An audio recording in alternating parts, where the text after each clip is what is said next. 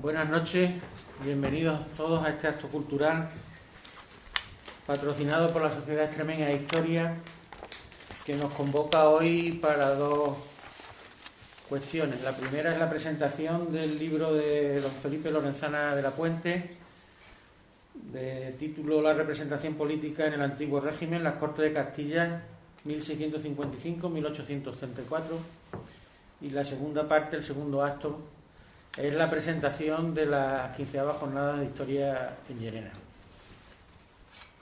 Me acompañan en la mesa don Valentín Cortés Cabanilla, alcalde presidente del Ayuntamiento de Llerena y presidente de la excelentísima Diputación de Badajoz, don Francisco Zarandieta Arenas, cronista oficial de Almendralejo y el autor del libro, que es Felipe Lorenzana de la Puente, y el compañero Rogelio Segovia Sopo, que será el encargado de presentar la jornada de historia. En primer lugar, cedo la palabra a don Valentín Cortés Cabanilla, alcalde de Llerena.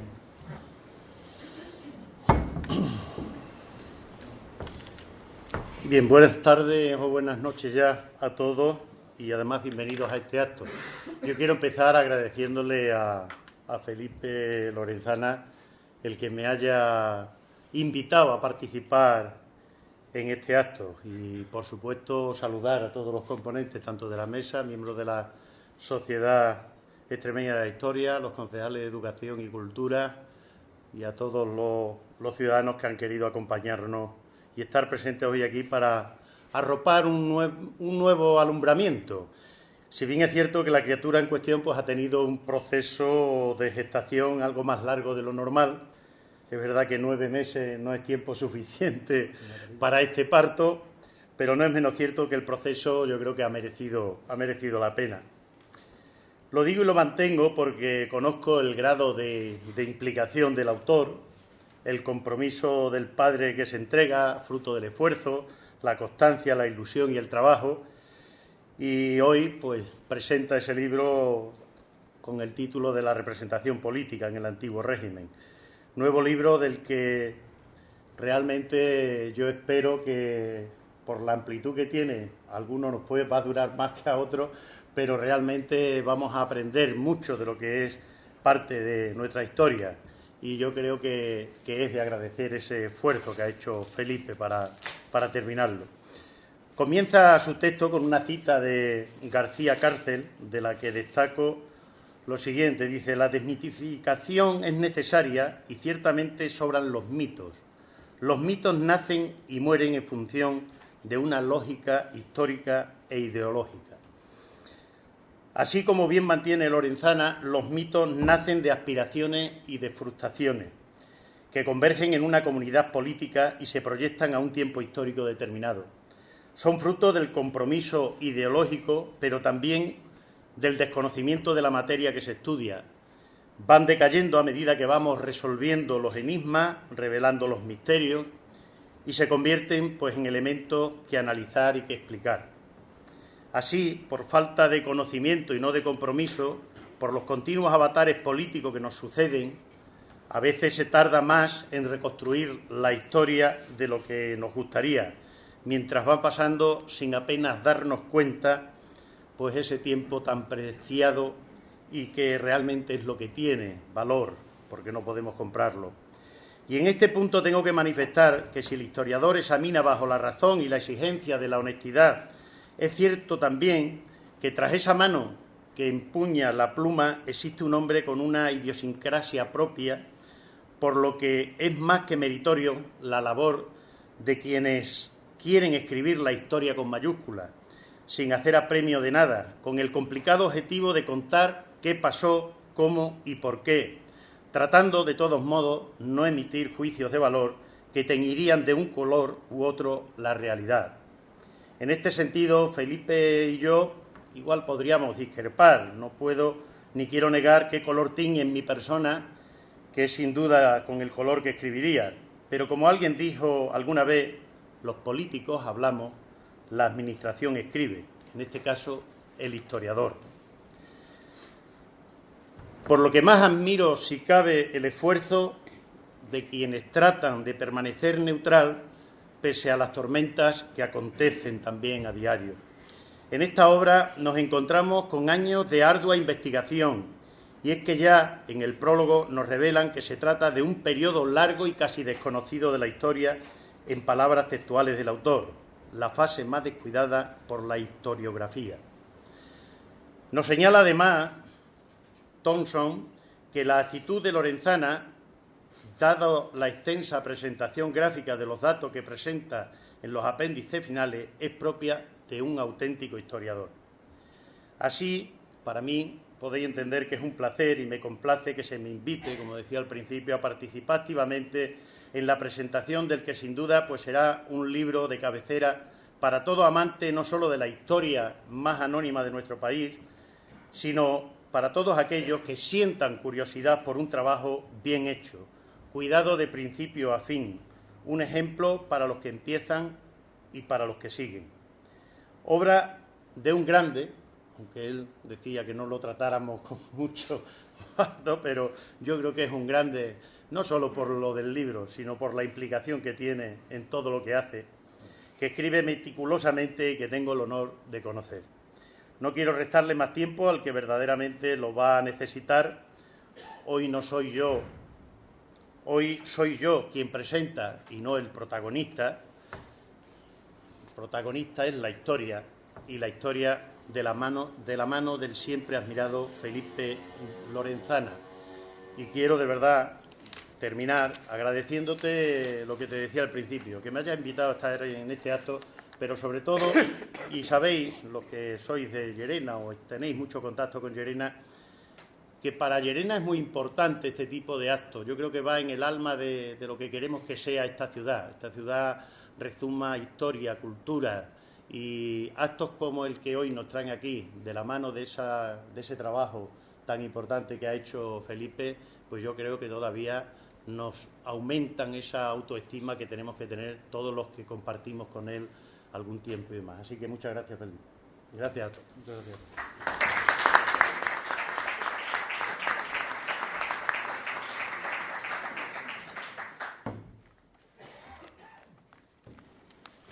A continuación va a intervenir don Francisco Zarandieta Arenas, que va a hacer una reseña de esta obra.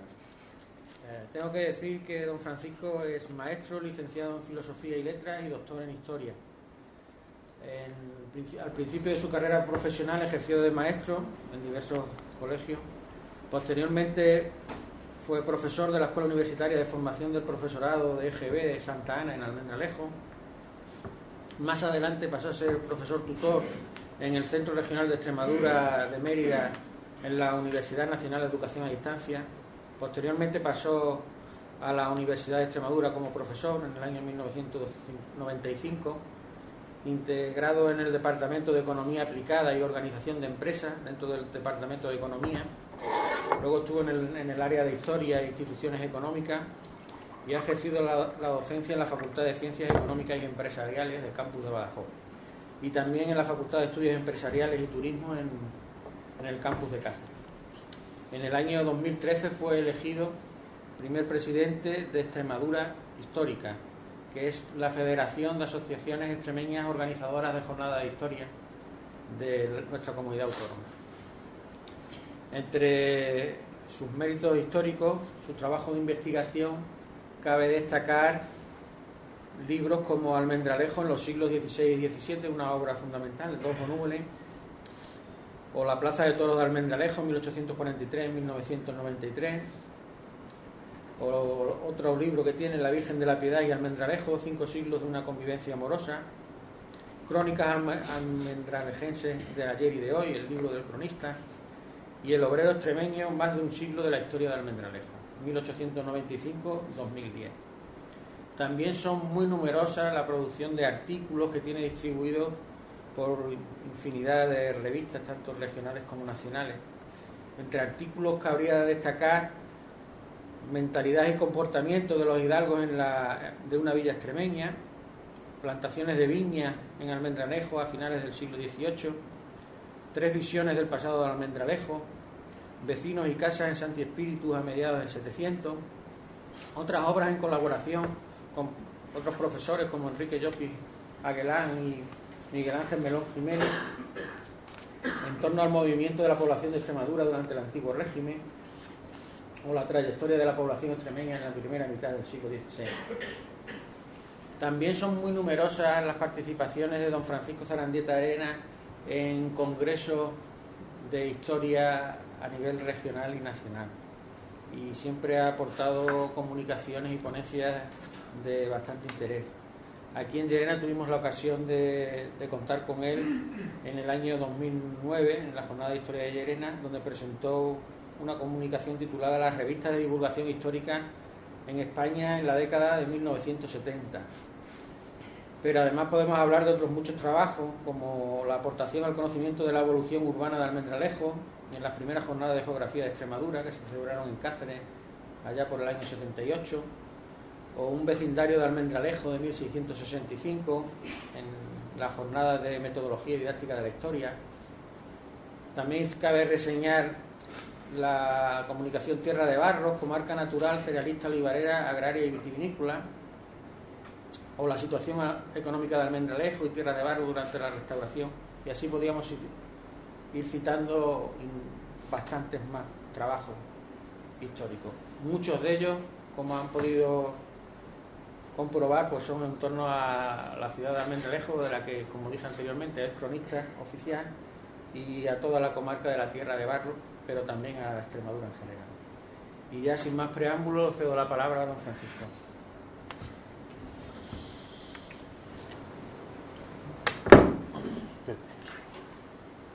Son unos trabajos, repartidos a lo largo de tanto tiempo que le agradezco mucho sus palabras.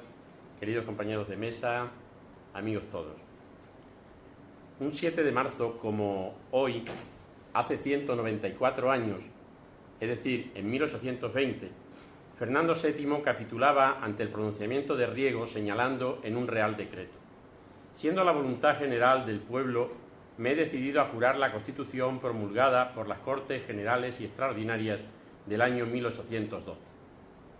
El día antes, la Junta de Estado, creada ante la situación revolucionaria iniciada en Cabezas de San Juan, discutía sobre cuáles serían las medidas más oportunas que deberían tomar, y algunos de sus componentes, como el Marqués de las Ormazas o el Duque del Parque, expresaban este parecer: las Cortes reunidas conforme a la Constitución no serán quizás las que más convengan a la prosperidad del Estado, sino las que antiguamente se celebraban siguiendo sus leyes fundamentales.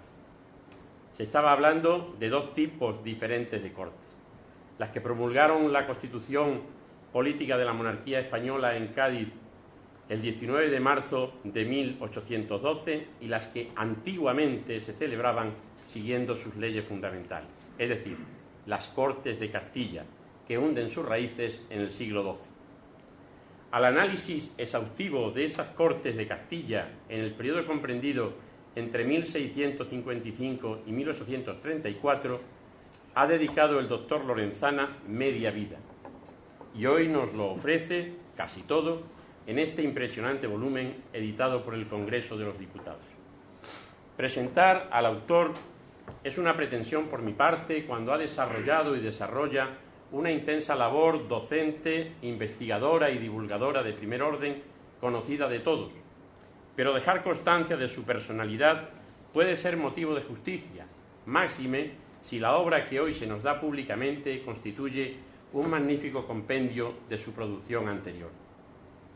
Felipe Lorenzana de la Puente reside en su ciudad natal de Fuente de Cantos, en la calle Llerena, lo cual viene a ser la coincidencia asombrosa de unir estos dos topónimos de las ciudades entre las que ha repartido y reparte su vida y su actividad docente e investigadora. Realizó todos sus estudios universitarios en la Facultad de Filosofía y Letras de la Universidad de Extremadura, licenciándose en la rama de Historia Moderna, obteniendo el grado de licenciado con su trabajo La muerte y el miedo a morir, estudio social de la muerte en la zona rural extremeña en el siglo XVI. Ya anteriormente, con otros compañeros de estudio, se había ejercitado en dos situaciones que cada vez son más imprescindibles para todo historiador: el trabajo en equipo y la exposición en congresos y jornadas de lo que se investiga para que llegue a los demás en el doble ejercicio de dar y recibir. En los encuentros de ayuda en Olivenza y en las jornadas de historia moderna en Lisboa de mediados de los 80 ya presentaron sendas comunicaciones centradas en el estudio del siglo XVII, denotando la pobreza, la marginación social y los desastres de la guerra en el sufrido territorio extremeño. Resumen de investigaciones más amplias que habían llevado a cabo en las aulas universitarias. Mientras realizaba los cursos de doctorado, tuvo lugar un acontecimiento decisivo para que hoy estemos aquí.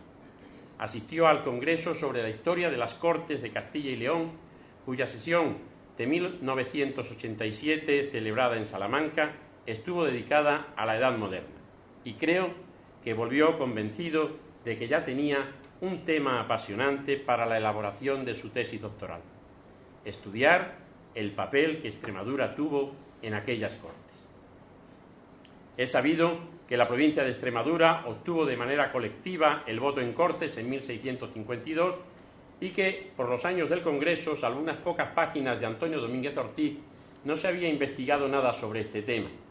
Más aún, gracias a estos congresos, los tres, sobre la historia de las Cortes de finales de los 80 del siglo pasado, se habían abierto nuevas perspectivas y enfoques metodológicos para su estudio.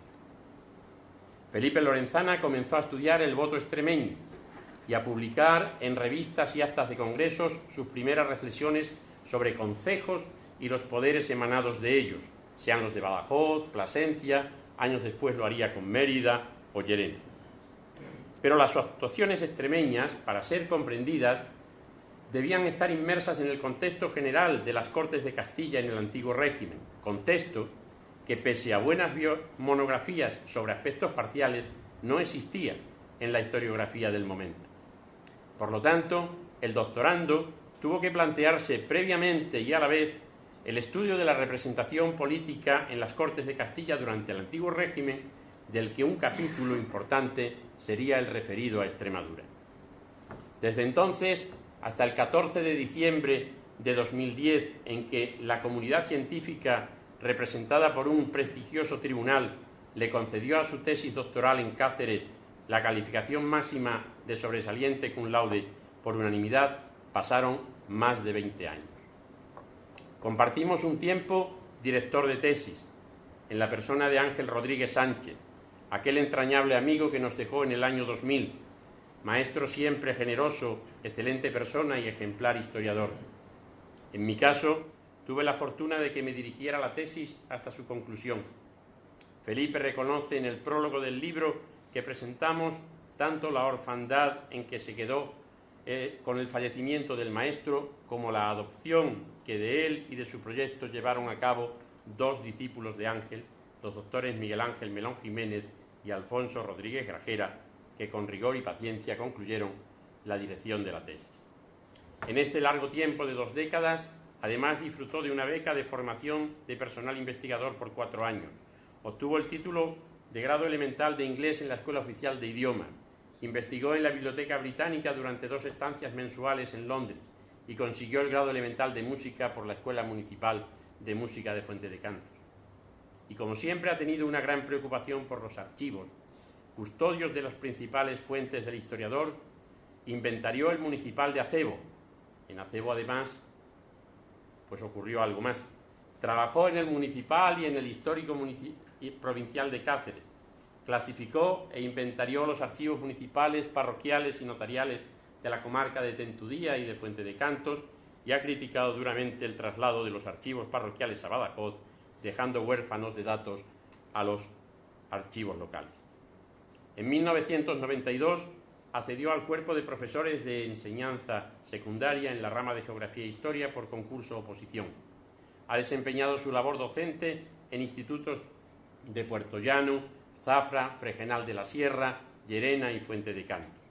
Y también ha publicado reflexiones sobre este nivel educativo, ha elaborado materiales curriculares e incluso ha iniciado en la investigación a sus alumnos de bachillerato del IES Fernando Robina de esta localidad, publicando, recordarán, un trabajo que coordinó también el profesor Juan Manuel Aznar Grasa sobre estudio social de la muerte en Llerena y su partido en la segunda mitad del 700.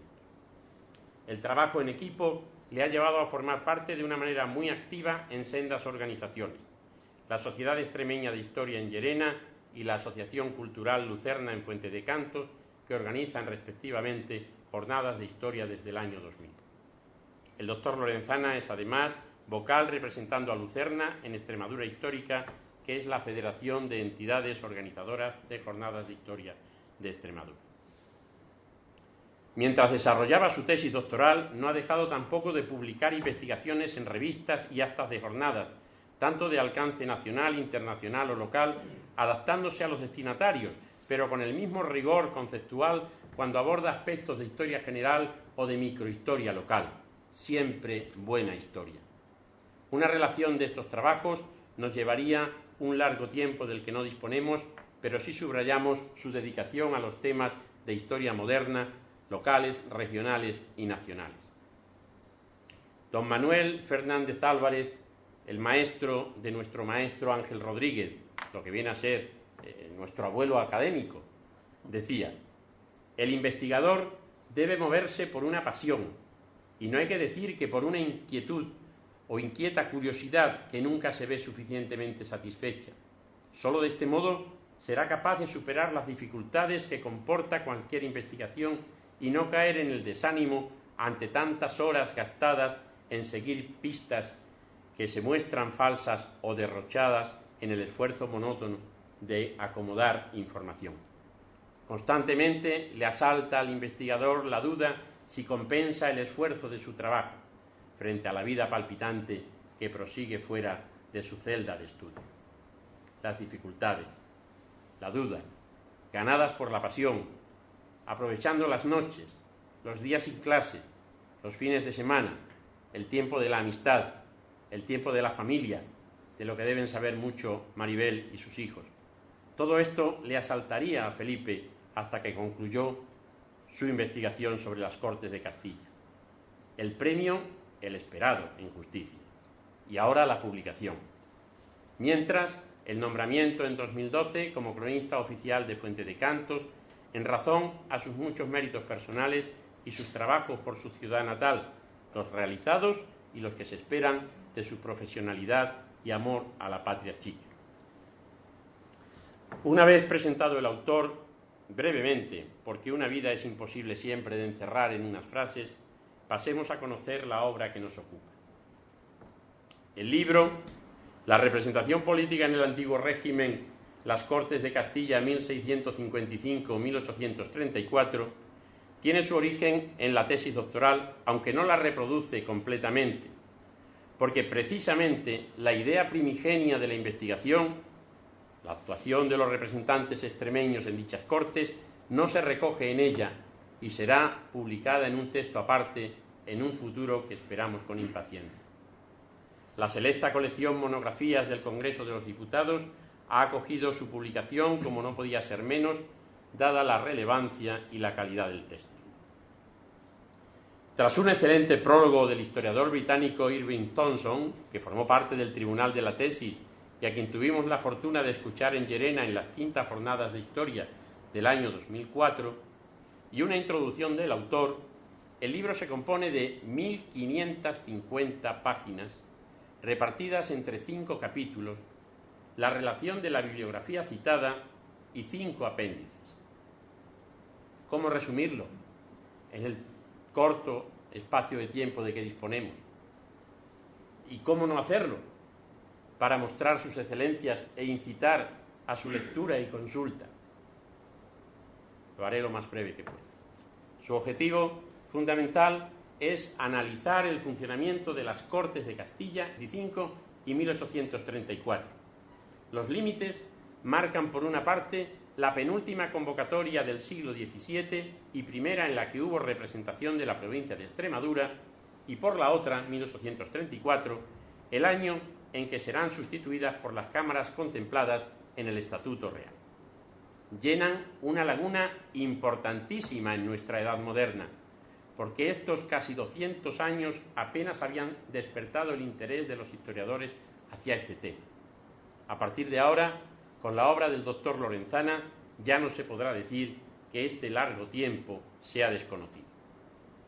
Los 4 primeros capítulos estudian de manera cronológica la estructura interna, el funcionamiento y los recursos humanos de las Cortes de Castilla, sus logros, sus fracasos y sus aspiraciones.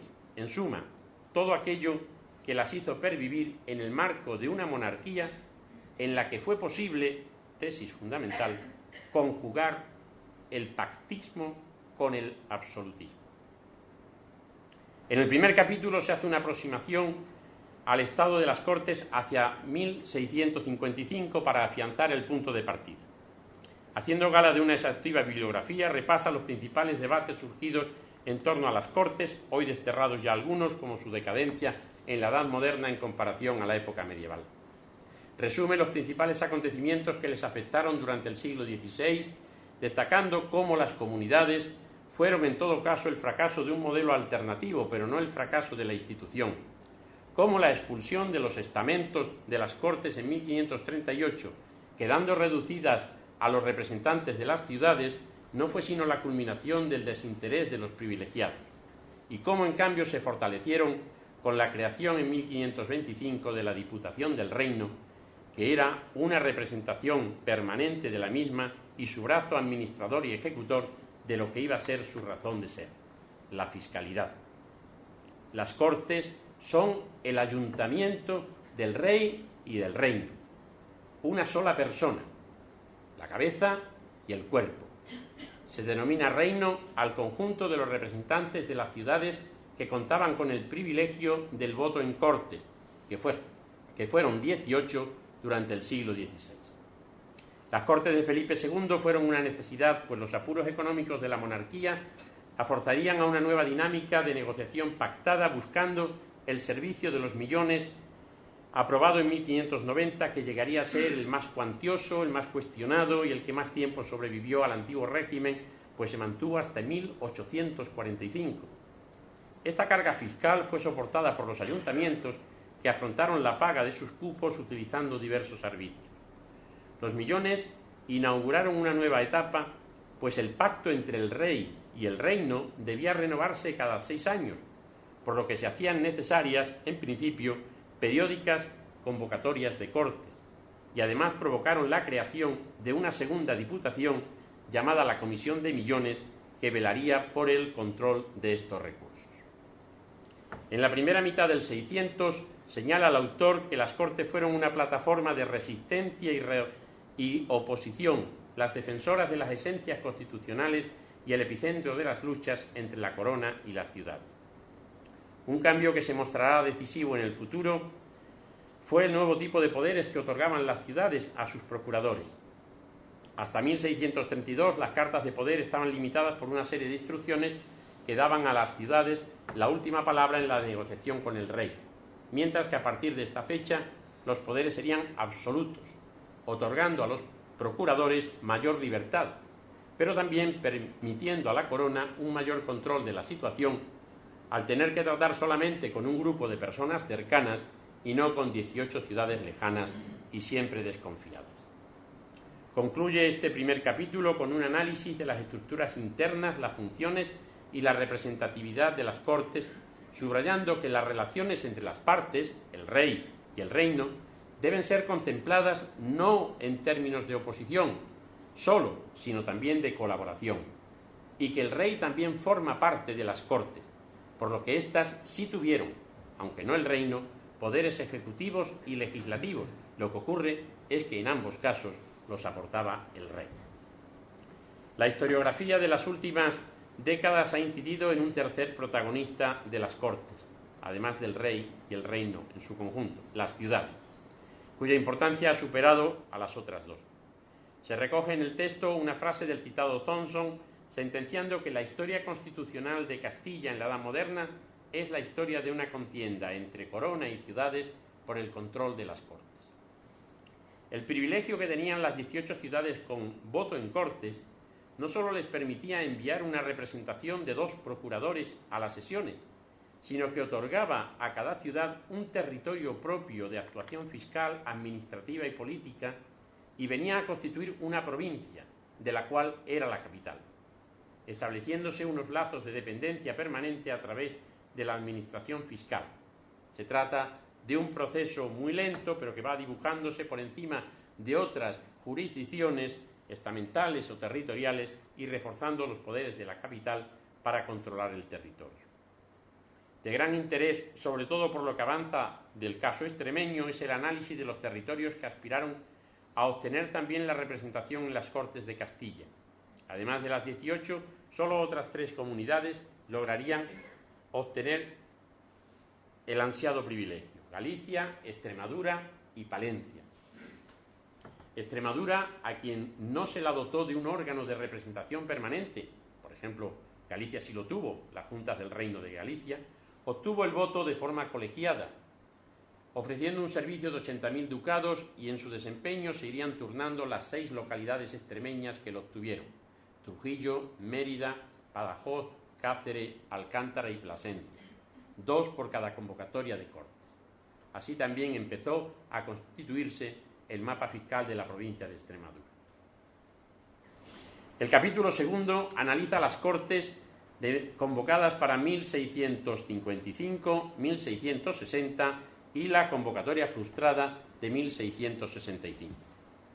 Para su estudio se han tomado como base principalmente las actas de las sesiones y los documentos generados por la Junta de Asistentes, que era un órgano intermedio entre el rey y el reino que representaba y asesoraba al monarca en los asuntos concernientes a las Cortes. El autor se ha servido de estas fuentes no tanto para averiguar los temas sobre los que debatieron las Cortes, sino para conocer a través de ellas la propia institución, lo que supone una importante novedad metodológica en el estudio de estas actas. Con ellas se analizan las proposiciones reales, las consultas y representaciones del reino y las respuestas del rey, es decir, la comunicación y la negociación, en su caso, que constituyen la adopción de la sustancia del discurso parlamentario y determinan la adopción de acuerdos. Ese estudio de las 2 últimas convocatorias del siglo XVII le ha permitido al doctor Lorenzana proponer algunas de las causas y síntomas de agotamiento de las Cortes, como la resistencia de los oficiales del rey a dar curso a unas convocatorias que consideraban innecesarias, la resistencia de las ciudades a otorgar los poderes decisivos o las crecientes dificultades para extraer más subsidios del reino o mejorar la administración de los millones. Todavía el 24 de agosto de 1665, Felipe IV convocó de nuevo las Cortes. Falleció el 17 del mes siguiente y la reina viuda las desconvocó una semana después. Había fallecido el mejor valedor de la institución, lo que dio vía libre a la beligerancia de los consejos, deseosos de arrebatarle al reino sus funciones más envidiadas: el deber de consejo y la fiscalidad. No fueron abolidas, pero dejaron de convocarse, como bien apunta Felipe Lorenzana, por sus deficiencias representativas, su incapacidad de generar en torno suyo una mayor cohesión territorial y social, pero también por su capacidad de promover actitudes de oposición a la política real, y porque se habían convertido en un organismo gravoso y prescindible, ya que las propias Cortes habían ofrecido una solución a sus periodos de ausencia, mediante la creación de las 2 diputaciones que actuaban en su nombre y la posibilidad de que las ciudades asumieran alguna de sus funciones. Este capítulo tiene además una importancia extraordinaria por la biografía colectiva que se hace de los procuradores y los diputados en la dimensión pública de sus empleos como los auténticos protagonistas de la representación política. En valiosos y exhaustivos apéndices, el autor recoge datos para evaluar la actuación de estos representantes en cada convocatoria de Cortes o en cada sesenio: sus nombres, titulaciones, oficios, las asistencias a las sesiones, las comisiones de trabajo y, sobre todo, las votaciones y las mercedes concedidas que pudieran explicar la orientación de los votos. Las votaciones tienen un interés especial, puesto que constituyen una parcela casi inédita en el estudio de las Cortes, sin duda también por la mayor complejidad que presentan y que hacen necesaria una metodología muy específica que el doctor Lorenzana realiza con meticulosidad y rigor para entender el sentido de los votos, contabilizando variables tan diversas como los procuradores que más propuestas realizan y sacan adelante, los que más votaciones ganan o se suman a las votaciones ganadoras, la correspondencia entre los dos representantes de cada ciudad, el grado de afinidad o de rechazo hacia el servicio real o las agrupaciones de votos. De esta manera se adivina en el seno de las Cortes la presencia de grupos, no son partidos, pero grupos, con unos complacientes y otros críticos con el rey, sin que necesariamente sean estables, estén cohesionados o se enfrenten entre ellos. Durante el reinado de Carlos II, las Cortes desaparecieron como institución. El reino sin Cortes, titula Felipe Lorenzana su tercer capítulo. En realidad no desaparecieron, sino que no fueron convocadas, porque sus funciones las siguieron cumpliendo las ciudades, las diputaciones del reino y la Comisión de Millones. ¿Podían las ciudades suplir las funciones de las Cortes? Se pregunta. No todas, porque no podían imponer nuevos impuestos ni modificar o revocar las condiciones de los millones, pero sí podían prorrogar el servicio y así lo hicieron desde 1667 hasta 1833, manteniendo vivo, importante, la idea de pacto entre gobernantes y gobernados. Sin apenas actas de Cortes, el análisis de este periodo lleva al autor a un peregrinaje por multitud de archivos, porque la documentación de la Diputación y la Comisión de Millones, sus sustitutas naturales, se encuentra muy dispersa. Investiga también en los archivos municipales de las ciudades que constituían el reino, el asistente que proporcionan una visión de conjunto. La preocupación que siempre ha manifestado Felipe Lorenzana hacia los archivos le permite hacer una recomendación a los investigadores noveles que se interesen por el estudio de las Cortes, tal vez por cualquier otra institución parecida, una recomendación paradójica, porque para estudiar la institución deben conocer antes la institución, su naturaleza y su funcionamiento, ya que sólo así encontrarán dónde están las fuentes que les sirvan de estudio. Se analizan las interdependencias, concordancias y discrepancias habidas entre las entidades que se atribuían la representación política del reino, es decir, la Diputación, la Comisión de Millones, las ciudades y también, en cierto modo, los consejos, sin olvidar, por supuesto, lo que el autor denomina el fantasma de las Cortes, o sea, su existencia ideológica. Y se aclaran los intereses que confluyeron para que no se convocaran las Cortes, que llevaron incluso a decretar la supresión de la Diputación del Reino en 1694. La Comisión de Millones, la otra diputación, se salvó, porque su desaparición no hubiera sido posible sin contravenir las condiciones de dicho servicio. Por eso pensaron que los comisarios de Millones asumieran las funciones de la Diputación. Pero estos comisarios de Millones entendieron que sus nuevas funciones las tenían que ejercer con total independencia de las que desempeñaban en la citada comisión. Y de esta manera, misteriosa, dice el doctor Lorenzana, en el propio decreto de disolución de la Diputación iba el de su resurrección. Porque sin dejar de ser comisarios de Millones, se titulan diputados, tal como indicaba el decreto, y se reúnen en una junta que llaman Diputación. El cuarto capítulo se ocupa del largo siglo XVIII, final del antiguo régimen que en el caso de las Cortes se prolonga hasta 1834.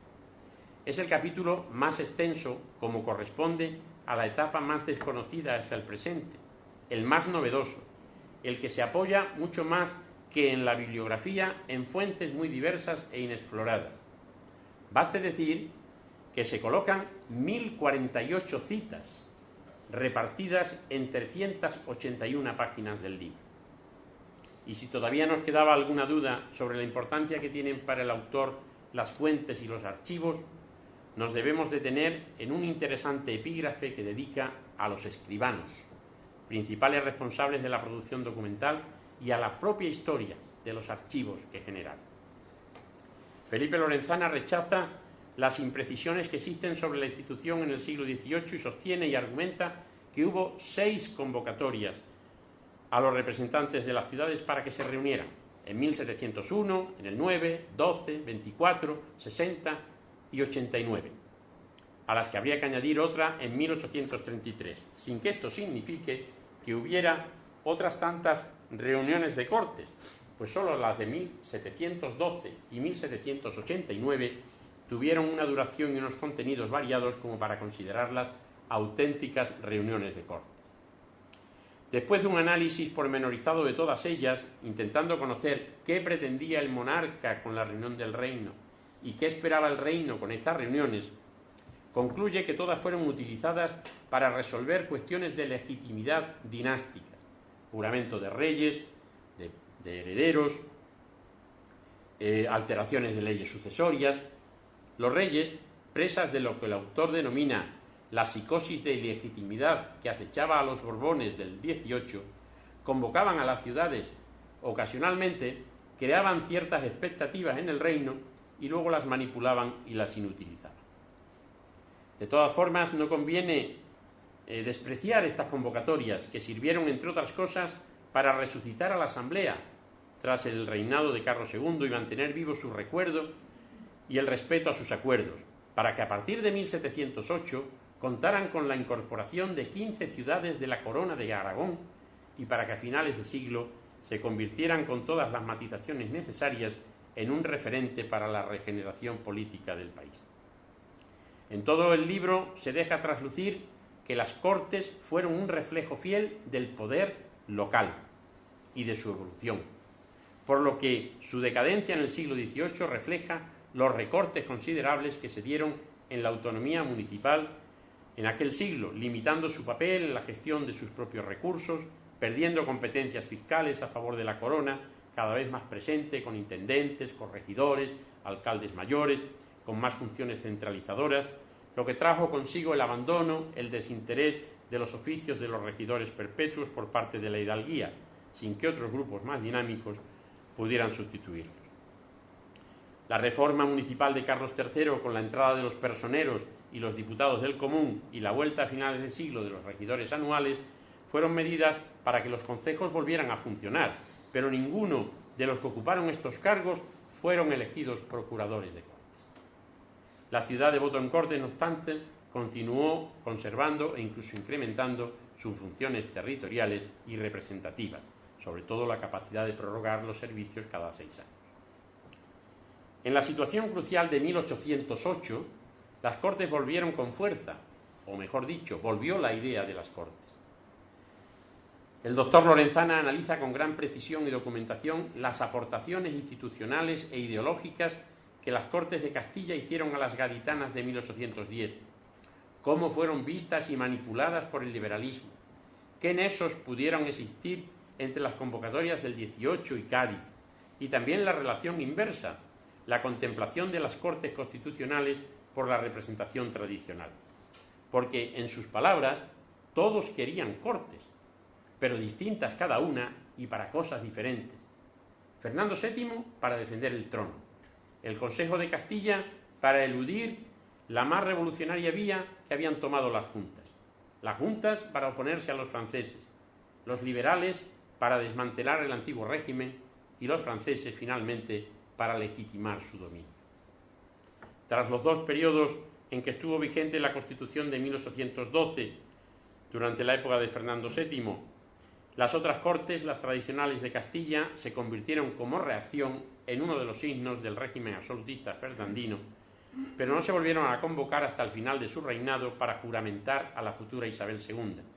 Sería la última convocatoria, aunque no el final definitivo de las Cortes tradicionales, porque la Diputación le sobrevivió 1 año y otros 2 sobrevivieron los regidores perpetuos, que habían constituido la cantera de los procuradores.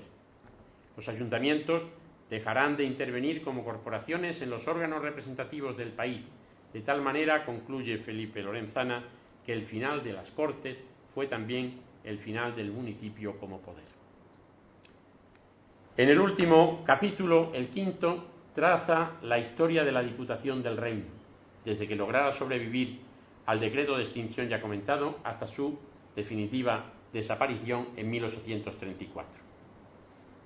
En la autorizada opinión del prologuista, el profesor Thomson, las aportaciones de este 5 capítulo son las más significativas del libro, porque la Diputación va a ser la institución que personificará políticamente el reino durante la monarquía de los Borbones, permaneciendo como paradigma del pacto entre el rey y el reino. Por supuesto, nada que objetar. Fácilmente podría haber aparecido como un volumen aparte con entidad y calidad suficientes. Eso sí, sin olvidar que la Diputación no significaba nada en sí misma, tan solo era el espejo de las Cortes, papel que no fue sencillo de representar. Aunque el autor divide este periodo en 5 etapas, se trata de una historia tan lineal y monocorde que hasta sorprende su capacidad para sobrevivir sin apenas cambios. Por eso tiene más interés el análisis que realiza de las relaciones de la Diputación con las ciudades y las Cortes, a quienes representaba, y con los consejos y la Casa Real, ante quienes reivindicaba. Poderosos señores que quisieron de alguna manera someterla a sus dictados cuando no destruirla. Lo que hace atractivo su estudio es conocer las claves que le permitieron, a pesar de tan serias limitaciones, abrirse camino en un medio francamente hostil.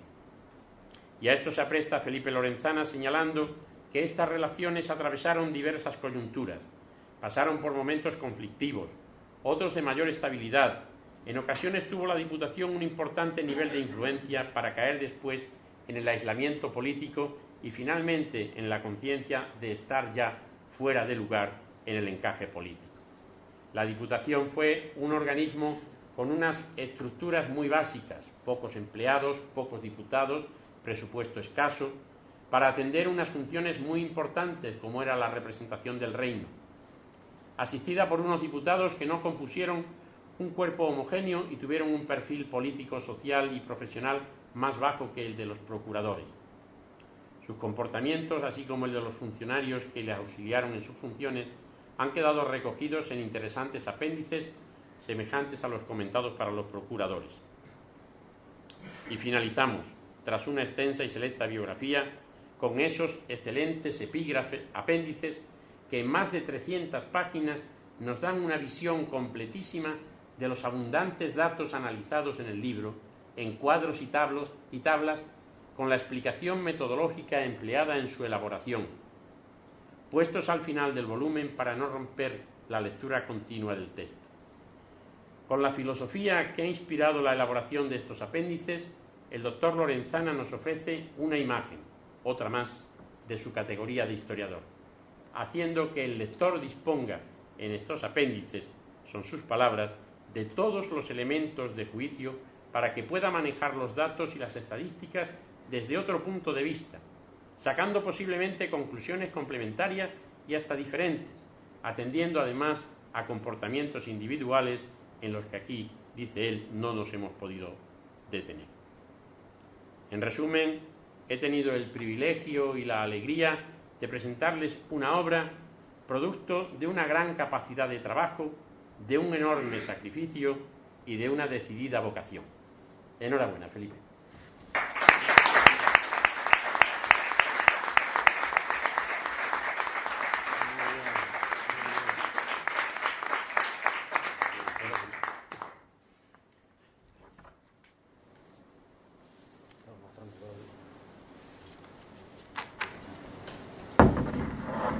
A continuación toma la palabra el amigo Felipe Lorenzana. Buenas noches. Son ya muchas las veces que hemos estado en esta mesa, entre unas cosas y otras, habitualmente con la jornada de historia, y nunca en tantos años me he sentido tan incómodo, porque la verdad es que bastante vergüenza ya me da que hablen de mí como para encima tener que continuar yo con esto. Así que con esa incomodidad creo que voy a acabar más bien pronto, y simplemente pues agradecer las palabras de Valentín, del alcalde, sobre todo también de Paco Zarandieta, a quien le pido disculpas por haberle acometido esta tarea con tan poco tiempo, y haciendo que haga una lectura más concienzuda del libro. Reiterar mi agradecimiento, todos los que pongo en el libro son pocos, y aquí tenemos también algunos protagonistas de aquellas personas que me han ayudado muchísimo a componer primero la tesis y a continuación el libro. Tendría que empezar hablando precisamente de mi padre, aquí presente, que me compró un coche cuando empezamos la tesis, un Super 5, al que le hicimos 200.000 kilómetros en 4 años, yendo de archivo en archivo. Alguna vez también fuimos a matar las cañas y a cebo, pero fundamentalmente recorriendo los archivos españoles. Así que esa fue la primera ayuda metodológica. Y luego, pues nada, la cantidad de gente a la que hemos estado dando la paliza con libros. Aquí Francis también sabe muchísimo de ello. Y en definitiva, pues la criatura tardó en gestarse y aquí la tenemos ya. No sé si tardaré otros 20 años, desde luego, en hacer otra, pero si así ocurriera, pues espero que estemos aquí otra vez todos presentes. Y por mi parte nada más, agradecerle la asistencia y decirle que aunque es habitual que en estos actos haya un chiringuito de venta de libros, pero el Congreso no, por desgracia, no lo ha traído y está a la venta desde hace ya un tiempo por internet. De acuerdo con la relación contractual que contrajimos el Congreso y yo, a mí me hace un 40% si compro mi propio libro. Por tanto, si a alguno de ustedes le interesa, pues lo puede pedir a través mía y de esta manera pues le sale la compra un poco más económica. Y nada más, como ustedes comprobarán o apreciarán, pues se trata de un libro que lleva un gran trabajo, sobre todo de archivo. Afortunadamente no tuvimos que ir al archivo diocesano, si no hubiéramos tenido que echarle 10 años más a la elaboración del libro. Y en fin, otra vez agradecer la presencia de todos ustedes, de los que han intervenido, y nada más, espero que pasen un buen rato el resto de la noche. Cuando acabe el acto hay abajo un vino español, concretamente de la Puebla de Sancho Pérez, y unas viandas que ha preparado mi mujer, que espero que les satisfaga a todos. Muchas gracias.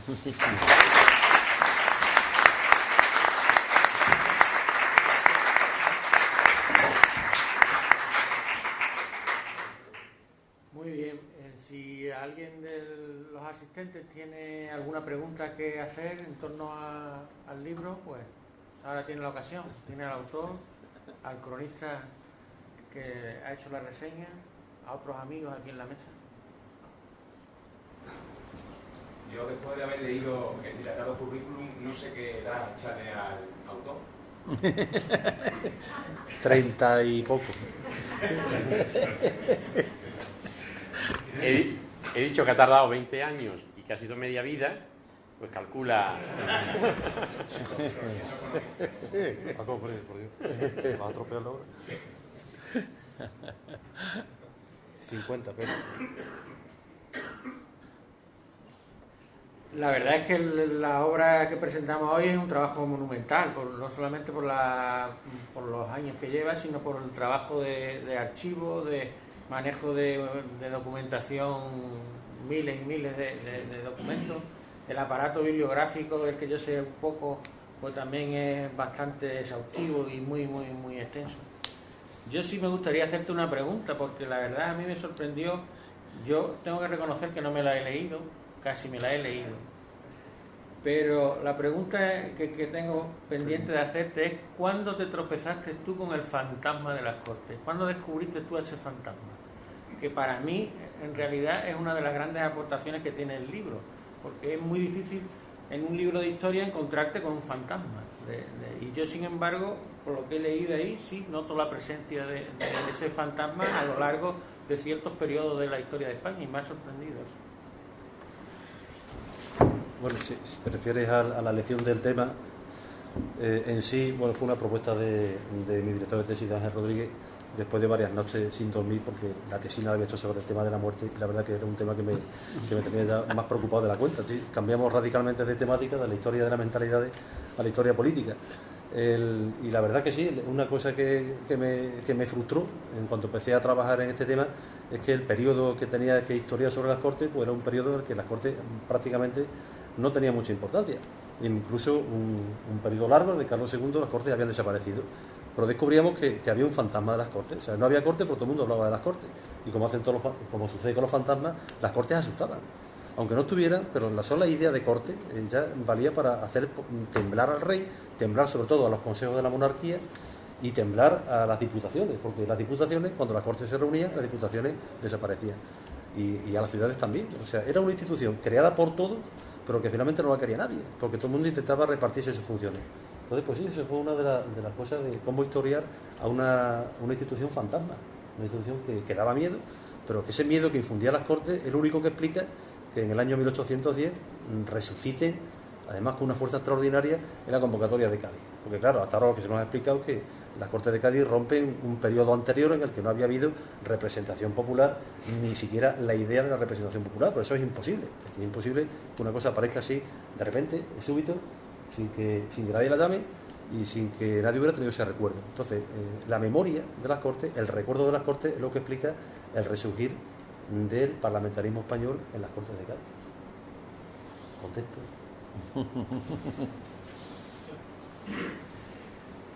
Muy bien, muchas gracias, Felipe.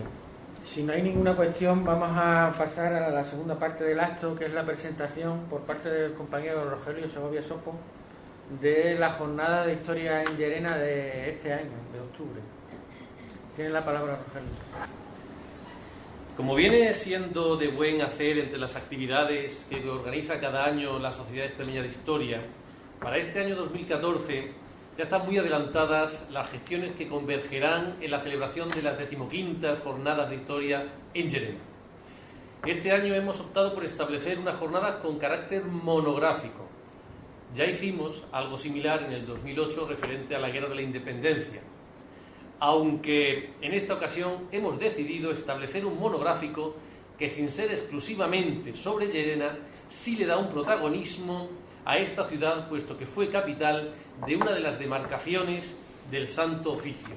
Efectivamente, las 15ª Jornadas de Historia en Llerena abordarán como línea argumental la Inquisición, mostrando los resultados que sobre esta problemática científica han surgido de las recientes investigaciones. La Inquisición siempre ha supuesto un tema recurrente para enarbolar opiniones a favor o en contra de esta institución, comprobando cómo en muchas ocasiones estas opiniones estaban destinadas desde sus inicios a justificar una idea preconcebida de la misma. El conocimiento laxo, incompleto o superficial de los mecanismos que articulaban su existencia y sus actuaciones ha propiciado la realización de una abundante bibliografía, en muchos casos parcial e interesada. Defensores y detractores chocan en enfrentamientos fatuos, soslayando que precisamente el estudio riguroso a través de las fuentes históricas y no solo historiográficas son el mejor camino para eliminar las numerosas lagunas de conocimiento que desvirtúan la fisonomía real de un organismo al servicio de la religión y de la política. Llerena, una de las sedes de la Santa Inquisición, la que cogió la supervisión de la ortodoxia católica en la provincia de Extremadura, inició su andadura en marzo de 1485. Su labor, ejercida a modo de jueces de la herética pravedad para hacer información sobre cualquier estado, condición y prerrogativa y dignidad, habitante y morador de las ciudades, villas y lugares, como los mismos inquisidores defienden en su obligación, sirve como aglutinador de la España moderna. Las pesquisas del Santo Oficio no pretenden sino la homogeneidad social en cuanto que el derecho inquisitorial procura establecer tabla rasa respecto a la libertad religiosa que se había disfrutado en los siglos anteriores a la llegada de los Reyes Católicos, creando una nueva sociedad hispana en la que la religión católica se identifica de inmediato con la corona española. Por lo tanto, catolicismo y política se descubren perfectamente ensamblados como un engranaje más en la construcción del nuevo Estado de la Edad Moderna. Por esta razón, es natural que su supervivencia perdure hasta el fin de esta época, hasta el surgimiento de la Edad Contemporánea en España, en la que la nueva realidad política y mental hace innecesaria su permanencia. Dado que la problemática y el estudio de la Inquisición no está cerrado y que existen multitud de sombras a su alrededor, Llerena, como una de sus sedes de esta institución, se convierte hoy en el lugar idóneo para exponer una realidad histórica a veces distorsionada, frente a una realidad histórica obtenida del estudio imparcial de las fuentes. Por lo tanto, las jornadas de historia en Llerena se convierten en el espacio donde confluye el mito y la realidad en torno a la Inquisición. La Sociedad Extremeña de Historia ofrece el medio donde exponer la realidad sobre el Santo Oficio, una realidad de muchas facetas desconocida y una realidad muchas veces obviada en pos de intereses particulares que alcanzan conclusiones aún antes incluso de adentrarse en el abundante legado escrito que el Santo Oficio nos dejó y que conservamos. Las jornadas de historia de Llerena, pues, se convierten en el necesario expositor que mostrará las nuevas investigaciones en torno al Tribunal del Santo Oficio de la Inquisición de Llerena y de España. Quedando abierto en este preciso momento el plazo para la presentación de comunicaciones que han de ocuparse de los distintos ámbitos de estudio de la Inquisición, pues estamos ante unas jornadas monográficas y pudiendo los originales presentarse hasta el día 14 de octubre, la Sociedad Extremeña de Historia establece 3 mesas de ponencias con investigadores de reconocido prestigio. En cuanto a los ponentes, la exposición científica de la Jornada de Historia en Llerena comenzará el viernes 24 de octubre a las 5:15 con las palabras de don Jean-Pierre Didier. El profesor Didier es doctor en Historia con la tesis sobre la Inquisición y los cristianos viejos en los siglos XVI y XVII, dirigida por Bartolomé Ben Nassar, profesor que nos acompañó en otras pasadas jornadas. Didier es miembro de la Casa de Velázquez de Madrid, investigador del Centro Nacional para la Investigación Científica de Francia, dirigiendo algunas de sus sedes y en la actualidad es profesor de investigación emérito en Toulouse y Lyon, además de profesor visitante de multitud de universidades, coordinador, entre otros, del simposio celebrado en la Ciudad del Vaticano sobre la Inquisición que se realizó en 1998. Estudioso infatigable del sistema de gobierno de la monarquía de España en el siglo XVIII, las obras que ha dedicado al Santo Oficio son, entre otras, Los Inquisidores de Toledo y una visita al distrito, Las causas de fe inquisitorial en Toledo, Geografía de la Inquisición española, la formación de los distritos entre 1470 y 1820, Los archivos de la Inquisición, fuente de un estudio antropológico de los cristianos viejos, El juez, el bueno y el malo, actitudes frente a la justicia y la Inquisición, Castilla en los siglos XVI y XVII, o Inquisición y derechos, un análisis formal del procedimiento inquisitorial en causas de fe. Además, como podéis entender, un larguísimo etcétera. El título de la ponencia que nos mostrará en Llerena es La Inquisición moderna en su contexto internacional, con la solvencia que le proporciona su trayectoria profesional, fraguada en universidades de todo el orbe, nos definirá el marco de referencia de la Inquisición española en el contexto europeo. La mañana del sábado día 25 de octubre, a las 10:30, subirán al escenario de la Merced don Ignacio Panizo y doña Laura Lavado, con una ponencia conjunta que lleva por título Actividad procesal y represión, el Tribunal de la Inquisición en Llerena a través de su documentación, donde abordarán, a través de sus expedientes más representativos, el funcionamiento de una maquinaria judicial concebida para ejercer el control social por medio de la represión. El tema de exposición es perfecto para estos dos investigadores, pues don Juan Ignacio Panizo es doctor en Historia por la Universidad Pública de Navarra, ejerciendo de comisario de varias exposiciones, entre ellas Brujas, los archivos de la Inquisición y Zugarramurdi, Vitoria, en el 2009, y ejerciendo desde el año 2007 la jefatura de la sección de Inquisición del Archivo Histórico Nacional. Entre sus publicaciones sobre el Santo Oficio destacamos las siguientes: Glosas a 2 clásicos del auto de fe de Logroño, 1610, Julio Caro Baroja y Gustav Henningen, de 2010. Fragmentos de incunables hebreos en documentos inquisitoriales de Navarra, del 2010. Fuentes documentales para la numismática en la sección de Inquisición del Archivo Histórico Nacional, del 2012. Y aún empresa fuentes documentales sobre la Inquisición durante la Guerra de Independencia. Por su parte, doña Laura Lavado es licenciada en Historia, especialidad en Historia Moderna por la Universidad de Extremadura y licenciada en Documentación por la misma universidad, posgrado de especialista universitario en Archivística por la UNED y Fundación Carlos de Amberes de Madrid. Ha ejercido, entre otras instituciones, labores como archivera en el Archivo Histórico de Protocolos Notariales de Madrid y en el Archivo Histórico Nacional. Actualmente se encuentra realizando el doctorado con una tesis doctoral sobre la Inquisición de Llerena y su documentación. Entre sus publicaciones destacamos Alusiones compostelanes en documentos inquisitoriales del 2011 y una ampliación que realizó en 2012, o El sentido moral y entorno social en la construcción de la personalidad de un inquisidor, Alonso de Salazar y Frías. La tarde del sábado día 25 de octubre a las 5:30 de la tarde imparte su conferencia don Gustav Henningen, que es historiador y Magister Artium en Folclórica Nórdica por la Universidad de Copenhague.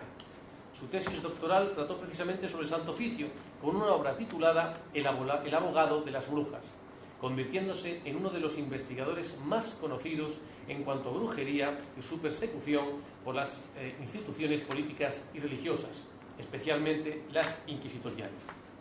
Este reconocimiento como historiador del Santo Oficio se debe a obras como el conocido estudio sobre el inquisidor Alonso de Salazar Frías y otros en la persecución de la bruja vasca, publicado en 2004, la legislación secreta del Santo Oficio, perfiles jurídicos de la Inquisición española, la brujería europea en la Edad Moderna, ¿por qué estudiar la Inquisición? U otro libro, El invento de la palabra aquelarre, reeditado en el 2012. La ponencia que nos mostrará el próximo octubre lleva por título Los inquisidores de Llerena y el universo mágico de Extremadura, en la que, tras establecer en España una línea divisoria entre un norte dominado por la brujería y un sur caracterizado por la hechicería, explora el universo mágico en Extremadura y perseguido por la Inquisición en cuanto a su reflejo en las causas de los supersticiosos que llevó a cabo el Tribunal de Llerena. Sin duda nos espera unas jornadas fascinantes, tanto por la temática como por las ponencias de los reputados investigadores citados, así como por las comunicaciones que, como cada año, irán llegando para su exposición en las jornadas que celebraremos en octubre. Del mismo modo, las jornadas podrán completarse con exposiciones y proyecciones sobre la materia tratada y cuyo título y soporte de exposición se indicarán en la información definitiva de las jornadas. Y de este modo quedan abiertas para octubre las 15ª jornadas de historia en Llerena, que llevan como línea argumental Inquisición. Muchas gracias.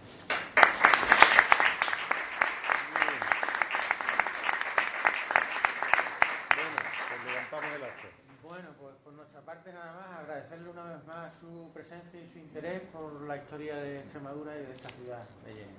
Buenas noches.